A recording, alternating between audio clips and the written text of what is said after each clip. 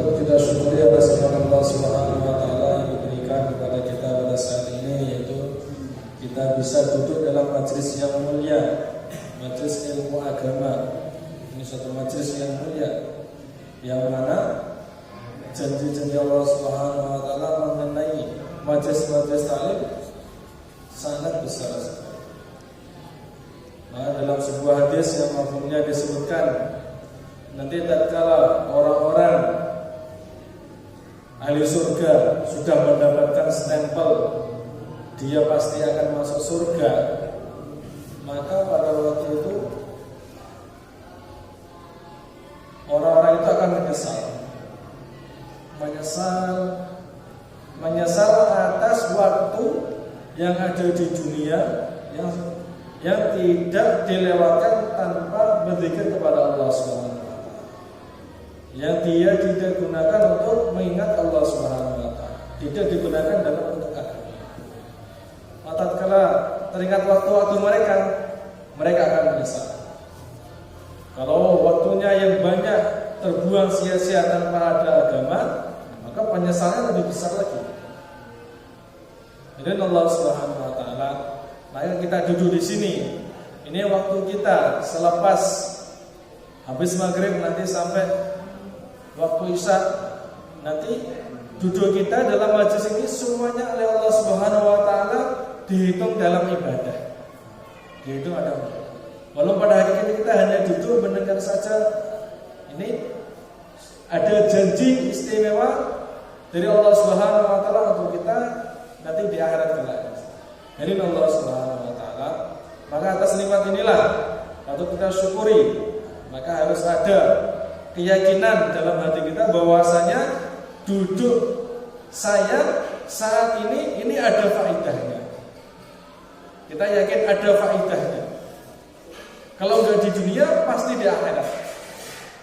Inilah sikap kita pada Allah Subhanahu wa taala. Maka di antara hikmahnya Allah Subhanahu wa taala utus ribuan para nabi dan para rasul, yaitu apa? Supaya manusia ini semakin yakin kepada Allah Subhanahu wa taala. Semuanya sudah ditentukan Allah Subhanahu wa taala. Kalau kita ini taat kepada Allah Subhanahu wa taala, pasti Allah Subhanahu wa taala akan memuliakan kita. Kalau kita ini tidak mau bertaat atau maksiat kepada Allah Subhanahu wa taala, maka Allah Subhanahu wa taala memurkakan. Jadi Allah Subhanahu wa taala, maka di antara jalan supaya kita ini mengetahui apa perkara-perkara yang Allah Subhanahu wa taala ridhoi dan Allah Subhanahu wa taala murkai, di antara salah satu jalan itu dengan taklim. Baik kita taklim kitabi yang mengenai Al-Quran, hadis Nabi sallallahu alaihi wasallam, dan taklim fadilah-fadilah mengenai keutamaan dalam ibadah lainnya. Nah, ini harus kita utamakan. Kenapa? Karena ini salah satu jalan supaya kita ini iman kita kepada Allah Subhanahu wa taala semakin bagus dan semakin benar. Allah Subhanahu wa taala, maka oleh karena itu kita lanjutkan masalah kita dari pekan kemarin. Bismillahirrahmanirrahim. Kemarin sudah dibahas mengenai hukumnya puasa. Hukumnya puasa kemarin yang pertama adalah wajib. Di antara puasa yang wajib itu apa? Pertama puasa Ramadan. Jelas hukumnya adalah wajib.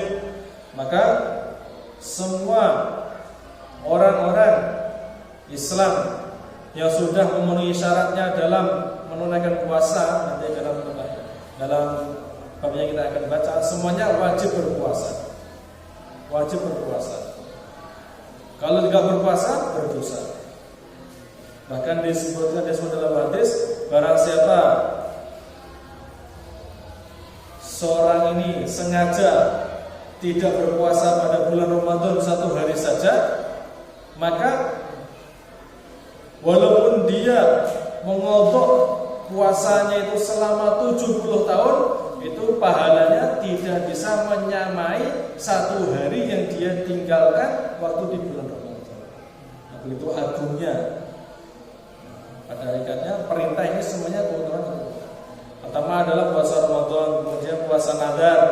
Apabila seorang ini nadar mungkin melaksanakan sesuatu, atau kalau hajat dia tertunaikan sehingga dia bernadar untuk mengerjakan puasa, maka kala hajatnya sudah tertunaikan, maka dia harus wajib menunaikan nadarnya itu.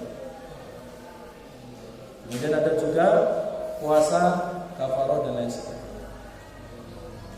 Mari kita lanjutkan mengenai puasa sunnah. Bismillahirrahmanirrahim. Asani bagian yang kedua, yang kedua mengenai puasa mandubun adalah puasa sunnah. Wa huwal al-aslu fih. Sedangkan hukum yang kedua ini, kesunahan sunnah dalam berpuasa itu adalah hukum asli dalam berpuasa. Nanti ada beberapa syarat. Wa yaqsamilan salasat aqsam, dan puasa sunnah ini terbagi menjadi 3 bagian. Al-awwal yang pertama mayatakarraru bitakarruri sinin, yaitu puasa-puasa sunnah yang terjadi setiap tahunnya. Kasaumi yaumi Arafah, sebagaimana puasa pada hari Arafah. Tatkala orang-orang haji wukuf di Arafah, maka orang yang selain haji semuanya disunahkan untuk berpuasa. Bahkan pada hari itu disunahkan juga untuk memperbanyak doa kepada Allah Subhanahu wa taala. Karena pada hari Arafah ini adalah termasuk salah satu hari-hari yang doa mustajabah, yang mana Allah Subhanahu wa taala pasti kabulkan. Puasa hari Arafah. Dan untuk orang yang mengerjakan haji, tatkala wukuf di Arafah, maka diharamkan, tidak diperbolehkan untuk mengerjakan puasa. Ini kesunahannya bagi selain orang yang haji. Kalau orang yang haji, maka tidak boleh berpuasa. Walaupun dia nanti tatkala dia wukuf di Arafah, kemudian nanti wukuf di Muzdalifah dan sebagainya, dalam hari itu dia mampu masih melaksanakan rukun-rukun haji dan lain sebagainya, walaupun dia mampu, tetap saja tidak diperbolehkan untuk melaksanakan puasa pada hari Arafah. Karena apa? Karena mengikuti baginda Nabi Sallallahu Alaihi Wasallam. Tatkala baginda Nabi Sallallahu Alaihi Wasallam wukuf di Arafah, beliau ini tidak berpuasa. Maka para ulama di sini mengambil istinbat bahwasanya tidak dibolehkannya berpuasa ini bagi orang yang haji tatkala dia Arafah. Wa Tasu'a, yaitu tanggal 9 di bulan Muharram. Wa Asyura, dan tanggal 10 di bulan Muharram disunahkan untuk berpuasa hari Asyura, yang mana ini hari banyak sekali kekasih-kekasih Allah Subhanahu wa taala selamatkan dari musuhnya. Di antaranya yaitu Nabiullah Musa alaihissalam, Allah Subhanahu wa taala selamatkan dari kerjaan Firaun. Kemudian Nabiullah Ibrahim alaihissalam, Allah Subhanahu wa taala selamatkan dari dibakar dari api selama 40 hari. Ini adalah hari Asyura, terjadi pada hari Asyura.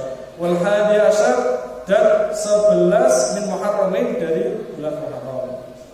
Jadi untuk sunahnya dalam hari Asyura, hari Muharram atau hari Syura, itu tanggal 9, 10 dan 11 sebanyak selama 3 hari. Kalau memang nggak mampu, maka dia berpuasa di 9 atau 9 dan 10-nya. Kalau nggak 9 10-nya, 10 dan 11-nya. Kalau hanya untuk 10 Asyura, tetap hukumnya sunnah, tapi lebih afdalnya disertai puasa sebelum atau setelahnya. Karena apa? Karena untuk membedakan puasa kita dan puasanya orang-orang Yahudi. Tatkala Nabi Sallallahu Alaihi Wasallam datang di Madinah, di sana ada orang-orang Yahudi ini berpuasa pada hari 10 Asyura. Karena apa? Karena memperingati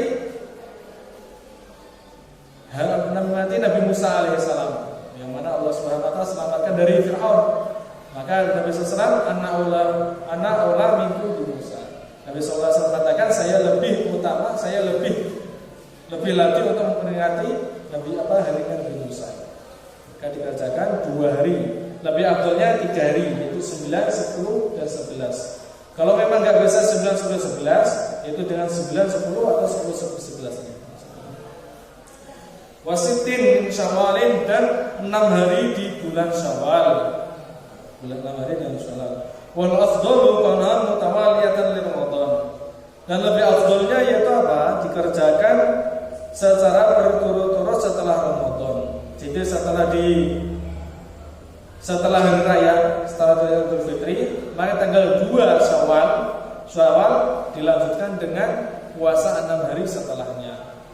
Lebih afdolnya seperti itu. Tapi kalau memang gak mampu, boleh dikerjakan walaupun tidak berurutan, yang penting dalam bulan Syawal. Wala syurul hurum, dan puasa-puasa di bulan haram. Karena sabda Nabi sallallahu alaihi wasallam, "At-siyami ba'da Ramadan syahrul al-haram. Wa afdhalu sholati ba'da al-fardhi sholatul lail." Puasa yang lebih utama setelah Ramadan yaitu puasa yang dikerjakan di bulan-bulan haram. Bulan haram yaitu bulan Muharram, kemudian untuk uratannya yang pertama afdalnya dipuasai kemudian pertama adalah bulan Muharram, bulan Syura. Kemudian bulan Rajab, bulan hari ini bulan ini sunnah mengerjakan puasa sunnah bulan Rajab. Kemudian Dzulhijjah dan Dzulqa'dah.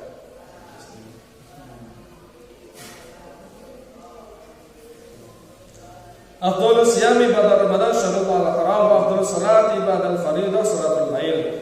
Dan sholat yang lebih utama setelah sholat fardu adalah sholat malam. Jadi sholat fardu itu tingkatannya paling utama. Itu juga dengan jamaahnya juga utama. Maka dalam bab fikih itu ada pembahasan mengenai apabila orang kekhusyuan sholat dia mengenai sholat fardu. Kalau dia sholat sendirian di rumah, dia lebih khusyuk daripada sholat berjamaah di masjid. Maka lebih afdal manakah dia mengerjakan sholat fardu, yaitu sholat lima waktu di rumah atau di masjid bersama jamaah? Para ulama semuanya sepakat bahwasanya berjamaah sholat fardu, sholat lima waktu di masjid atau di mana ada pemandangan lebih utama daripada dia sholat sendiri di rumah walaupun lebih khusyuk. Karena apa? Karena fadilahnya jamaah sangat banyak. Keluar dari rumah saja Allah Subhanahu wa taala sudah hitung ibadah. Belum nanti yang lainnya setelah ketika waktu sholat. Wal ashr awal min Dzulhijjah, dan 10 hari awal dari bulan Dzulhijjah, yaitu bulan 1 sampai 10 besar itu disunahkan juga untuk berpuasa 10 hari. Asari bagian kedua, ayat terkaru bitakarus syuhur, yaitu puasa-puasa sunnah yang terjadi di setiap bulannya. Kayak bid, yaitu seperti hari-hari putih. Dinamakan hari-hari putih yaitu apa? Kenapa? Karena pada malam harinya bulan ini tampak sempurna, sehingga malam itu lebih terang, lebih jelas. Maka para ulama dikatakan ayyamul bid. Wa ya yaumul as-salis asyar Rabi'at asyar wa khamis asyar min kulli syahrin, yaitu pada tanggal 13, 14, 15 setiap bulan. Yang jelas bulan dalam bulan Hijriyah, yaitu 13, 14, 15 Hijriyah. Wa ayyamis sud, dan hari-hari gelap atau hari-hari hitam. Dinamakan hari-hari gelap atau hitam kenapa? Karena pada akhir bulan ini hilang, nggak nampak, sehingga pada malam itu nampak lebih gelap daripada hari-hari selainnya. Maka dinamakan ayyamus sud, hari-hari gelap. Wahya, yaitu puasa yang dilaksanakan di tanggal 28, 29 dan 30 di akhir setiap bulannya, di bulan-bulan Hijriah. Semua kalau bulannya itu hanya terjadi 29, bagaimana? Ya dikerjakan yaitu dari 28, 29 dan disempurnakan di tanggal 1. Contohnya seumpama bulan Dzulqa'dah hanya 29 hari contohnya. Maka puasa bagaimana? 28, 29, kemudian 1 Dzulhijjah, 1 besar. Semuanya 3 hari. As-salis, yang ketiga, ma yatadakkaru bi takarrur usbu' kal isni wal khamis, yaitu puasa sunnah yang selalu terjadi di setiap minggunya. Itu seperti puasa Isnin dan puasa Kamis. Puasa Senin Kamis ini. Wa afdhalus siyam nafli, dan adapun paling utama puasa sunnah itu shamu yaumin wa iftaru yaumin. Satu hari puasa, kemudian satu hari tidak puasa. Iftar. Wa huwa shamu Sayyidina Daud alaihissalam. Ini dinamakan puasa Daud. Puasa yang paling utama untuk puasa sunnah yaitu satu hari puasa. Nanti hari berikutnya tidak puasa, kemudian berikutnya lagi puasa, berikutnya lagi tidak puasa. Ini puasa yang paling afdal di antara puasa-puasa sunnah. Itu puasanya Nabi Daud alaihissalam. As-salis, bagian yang ketiga, hukum yang ketiga mengenai puasa, makruhun adalah makruh. Puasa tapi hukumnya adalah makruh. Ifradu yaumil jum'ah wa sabti awil ahadi, yaitu mengerjakan puasa hanya di hari Jumat saja, atau hanya di hari Sabtu saja, atau hanya di hari Ahad saja. Itu hukumnya adalah makruh hukumnya. Kenapa makruh? Hari Jumat itu adalah hari rayanya setiap pekannya untuk orang Islam. Kemudian hari Sabtu yaitu hari rayanya orang Yahudi. Kemudian hari Ahad hari rayanya orang Nasrani. Maka kalau puasa hanya satu hari saja dari 3 hari ini, maka hukumnya adalah makruh. Puasanya sah, nggak apa-apa, tapi hukumnya adalah makruh. Puasa mudahri dan semudhar, puasa yang terus-menerus setiap hari puasa, hukumnya adalah makruh. Ini bagi siapa? Liman yakhafu dharar aw fawati haqqi mandub. Itu bagi orang-orang yang nanti ditakutkan nanti ada mudarat yang terjadi pada dirinya. Kalau dia puasa terus-menerus, maka dia akan menjadi sakit atau akan terjadi hal-hal yang tidak diinginkan pada diri dia. Maka di sini hukumnya adalah makruh, tapi sah saja. Atau sebab dia puasa terus-menerus setiap hari puasa, tapi karena dia puasa sunnah sehingga dia meninggalkan meninggalkan perkara-perkara sunnah. Contohnya baca Quran, zikir, sholat-sholat sunnah tidak dikerjakan sebab dia berpuasa sunnah terus-menerus setiap harinya, maka di sini hukumnya adalah makruh. Hukumnya adalah makruh. Kalau puasa sunnah, dia keyakinan puasa sunnah kemudian sampai meninggalkan perkara fardu, nanti ya puasanya bukan makruh lagi, puasanya adalah haram. Karena ada sebagian orang itu, ada sebagian keyakinan kalau saya puasa sunnah terus menerus, walaupun tidak sholat 5 waktu, pasti saya akan selamat. Ya tetap selamat, tapi puasa kamu itu adalah haram. Tidak boleh mengerjakan hal-hal sunnah, tapi kok meninggalkan puasa, meninggalkan yang wajib, tidak boleh. Ar-rabi, bagian yang keempat, haramun, puasa tapi haram. Yang ke-11 kismain, adapun puasa yang haram itu terbagi menjadi 2 bagian. Pertama, haramun as-sihah, haram tapi hukum puasanya adalah sah-sah saja. Puasanya sah tapi haram. Wa huwa shamu zaujati biduni idni zaujiha, yaitu puasanya seorang istri tanpa meminta izin dulu kepada suaminya. Ini puasanya seorang istri tanpa izin kepada suaminya. Wa shaumul abdi biduni idni sayyidiha, kemudian puasanya hamba sahaya, puasanya seorang budak tanpa meminta izin kepada sayyidnya atau tuannya. Ini hukumnya adalah haram tapi sah saja. Kenapa haram? Karena pada hakikatnya dalam hukum Islam, istri ini semuanya tanggung jawabnya suami.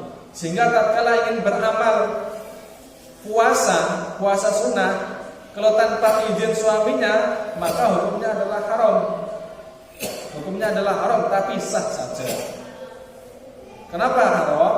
Sewaktu-waktu suaminya menginginkan jima, pada hari itu, pada siang itu, sehingga dia menolak sebab dia berpuasa, maka di sana ilatnya menjadi haram.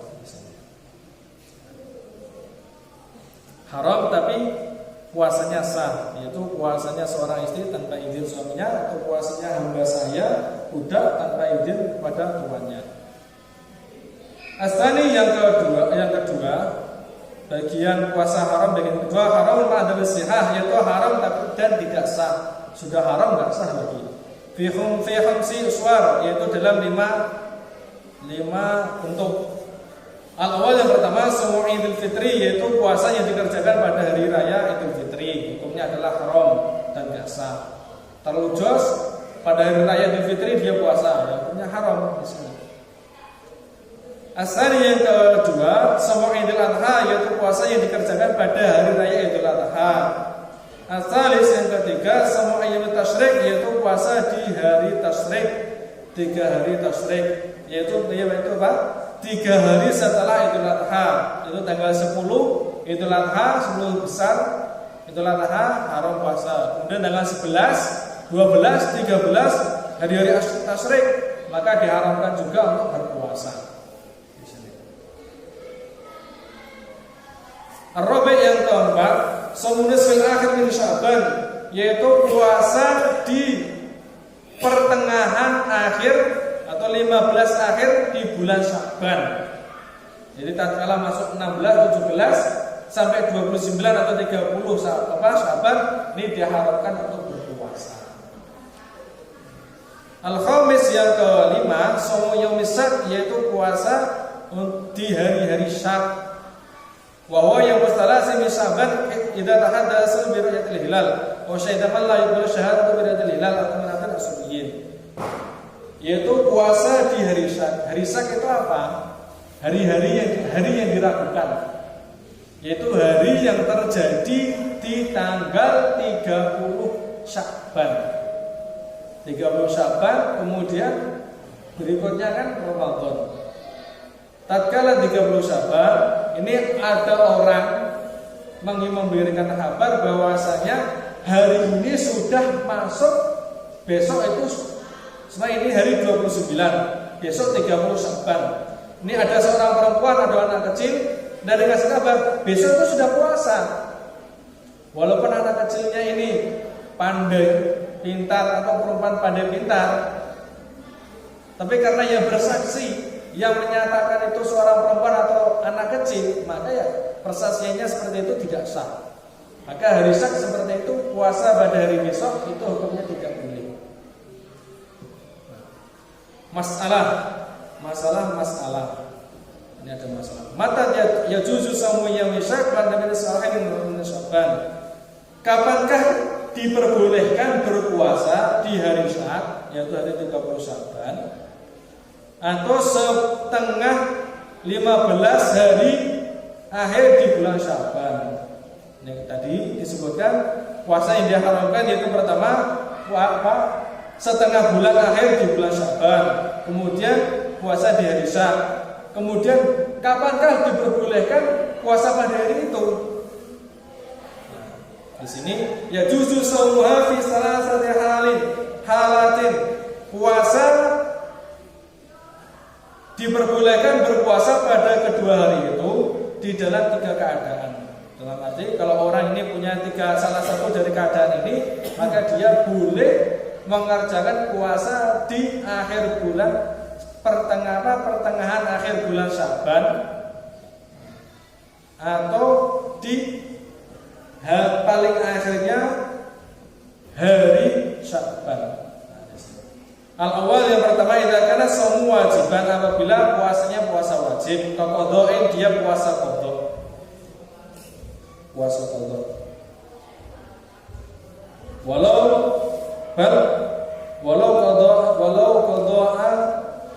Qadha naflin yasnu fi al-qadha yajuz. Bahkan dia melaksanakan puasa qadha walaupun puasa qadhanya itu puasa qadha nafil atau puasa sunnah. Puasa sunnah tapi qadha itu boleh juga. Nah, ini pertama, apabila puasanya adalah puasa qadha di sini. Disebut juga puasa qadha yaitu puasa bulan Ramadan. Jadi puasa bulan Ramadan itu itu hukumnya wajib diqadha. Bahkan seumpama contohnya kalau orang ini punya qadhaan puasa Ramadan selama 3 hari, maka 3 hari terakhir di tahun itu, 3 hari terakhir di tahun itu sebelum menjelang Ramadan, maka hukumnya lebih wajib lagi untuk mengqadhanya. Apabila dia tidak mengqadha, maka dia mendapat dosa. Kalau orang punya qadhaan puasa Ramadan di selain 3 hari itu, kalau tidak ditunaikan hari itu, hukumnya nggak apa-apa. Tapi karena pada tahun itu hanya tinggal sisa 3 hari sebelum memasuki bulan Ramadan, maka pada 3 hari ini karena dia punya qadhaan 3 hari puasa Ramadan, maka hukumnya wajib. Kalau ditinggalkan, dia akan mendapatkan dosa. Bahkan seumpama kalau 3 hari ini tidak ditunaikan, sehingga dia memasuki bulan Ramadan berikutnya, maka pada hari berikutnya itu setiap harinya dia wajib kafarah. Dia wajib kena denda.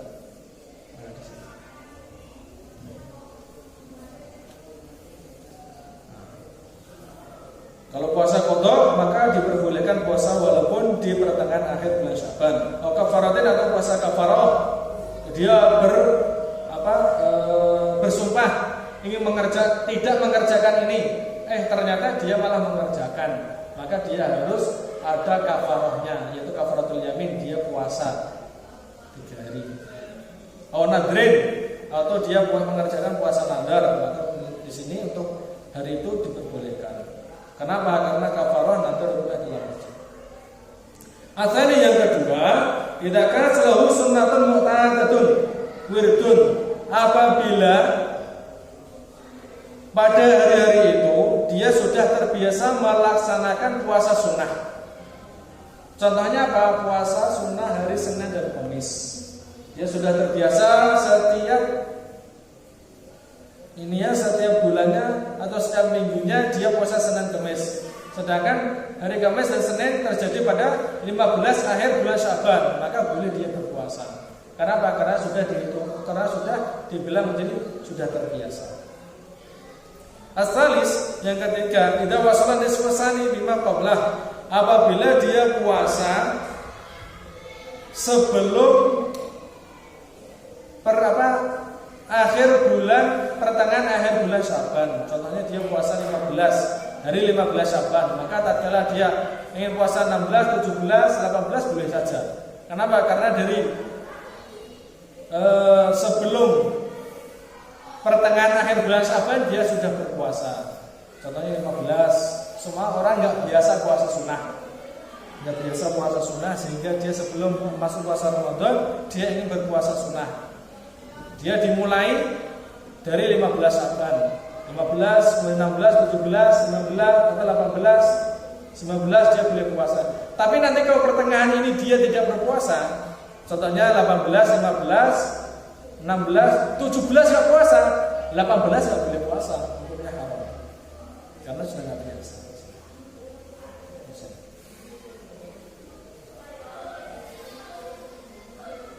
Misalnya sini ada tanyakan mengenai puasa.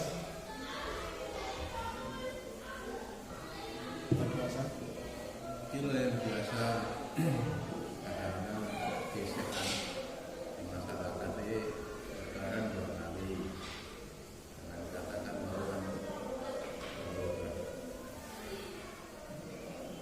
lebaran puasa, kadang-kadang sebagian orang mengatakan kalau duduk ke poso kalau sana ada lebaran, di sini masih. Ini mengenai pertanyaan mengenai orang yang perbedaan antara hari raya. Nanti kan akibatnya di sini puasa pada hari raya. Sedangkan puasa pada hari raya itu adalah hukumnya haram. Maka pada tahun-tahun sebelumnya, 2 tahun sebelumnya itu kan terjadi ikhtilaf mengenai masalah hari raya. Ini ada yang hari raya duluan, 1 hari raya duluan. Bahkan ada yang di Kalimantan itu 2 hari lebih dahulu ada. Ini bagaimana? Bagaimana ini untuk menyikapi ini bagaimana? Sedangkan kalau puasa pada hari raya itu hukumnya adalah haram. Sedangkan beberapa jami'iyah, organisasi, dia ada pertimbangan istinbat sendiri. Bagaimana kita menyikapi seperti itu? Maka kita harus mengikuti fatwa MUI saja. Fatwa MUI. Karena mengikuti fatwa MUI, mengikuti pemerintah itu adalah perintah dari Al-Qur'an. Atiullah wa atiul amri minkum. Itu untuk mengikuti Allah dan Rasulnya, kemudian untuk mengikuti ulul amr, yaitu pemerintah. Kalau pemerintah ini putuskan, supaya ada ikhtilaf. Ini ada satu organisasi mengatakan lebarannya ini hari Ahad. Sedangkan kalau kita lihat tanggal-tanggal ternyata hari Senin. Kemudian MUI atau pemerintah itu sudah ada timnya sendiri. Timnya sendiri untuk melihat hilal Syawal. Hilal Syawal itu sendiri. Nah, maka di sini apa keputusan pemerintah? Kita mengikuti pemerintah. Karena pemerintah lebih punya dasar yang lebih kuat.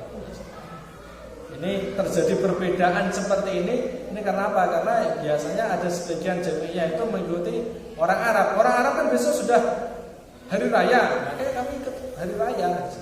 Ada sebagian yang mengikuti ada perhitungan masalah bulan. Perhitungan ada masalah bulan yang namanya ilmu falak. Ilmu falak ilmu untuk menghitung setiap hari. Nah, di sini ada ikhtilaf, maka seperti itu. Bagaimana sikap kita? Sikap kita adalah mengikuti pemerintah. Lebih amannya seperti itu. Ada tanya lagi mungkin?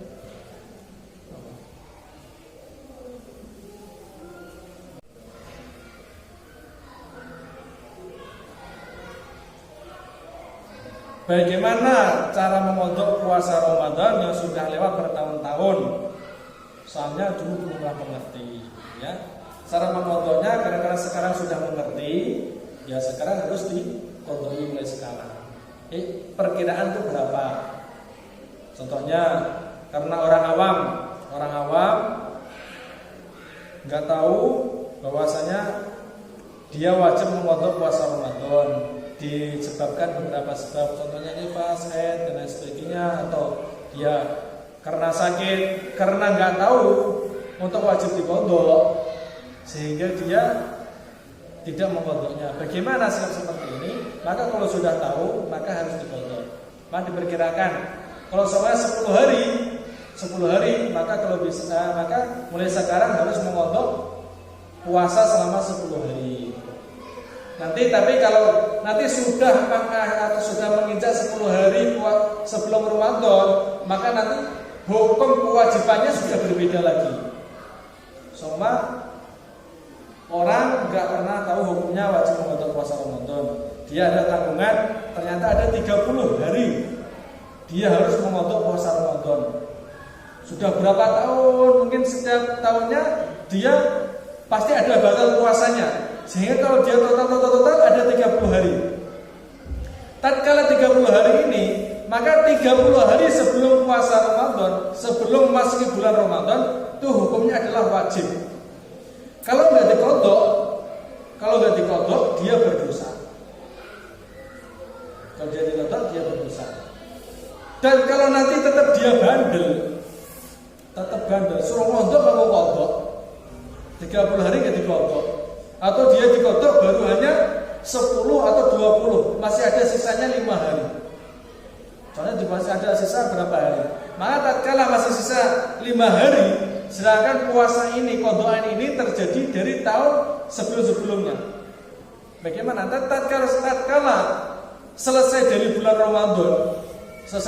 Ramadan, dia setiap harinya harus sedekah. Dia harus sedekah. Kenapa? Karena dia kena wajib kafarah juga wajib mengodok puasa kalau dia sudah tahu.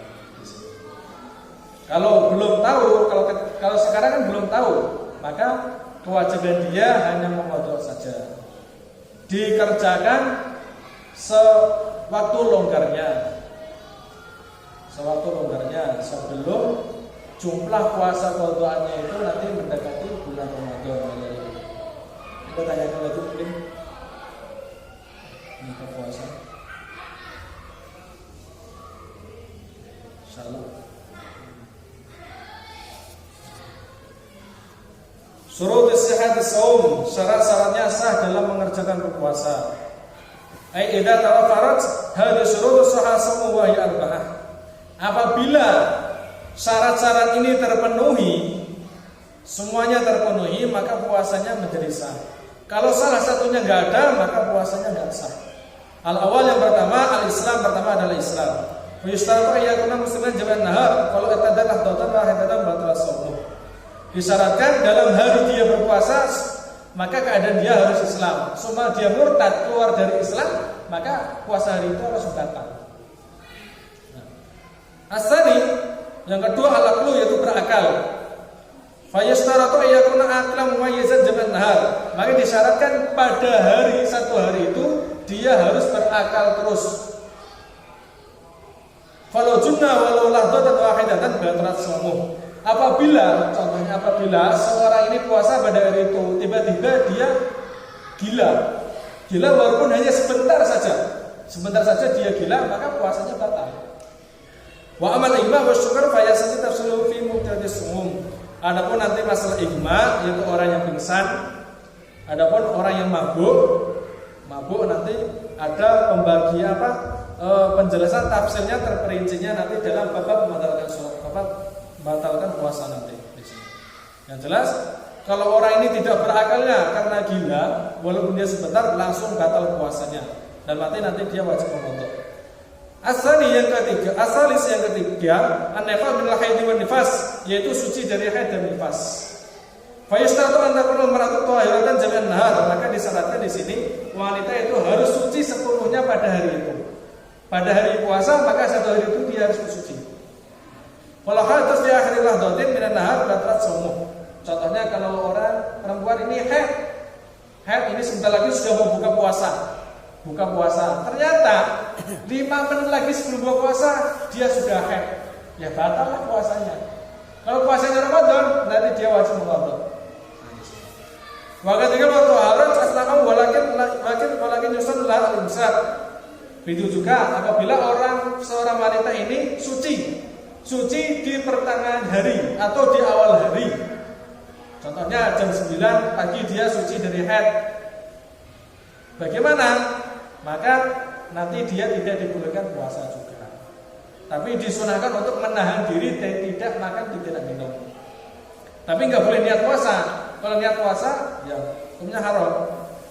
Kalau orang suci dari hari itu yang harinya nggak sempurna. Ar-rabi yang keempat, al-ilmu bi kulli waqtin qabil lis-shaum, mengetahui bahwasanya hari itu diperbolehkan berpuasa. Insyaallah ya syarat-syarat sahnya puasa. Insyaallah kita baca dan kita baca semoga Allah Subhanahu wa taala barokahi sehingga kita bisa mengamalkan. Subhanallah wa bihamdihi subhanallah wa bihamdihi.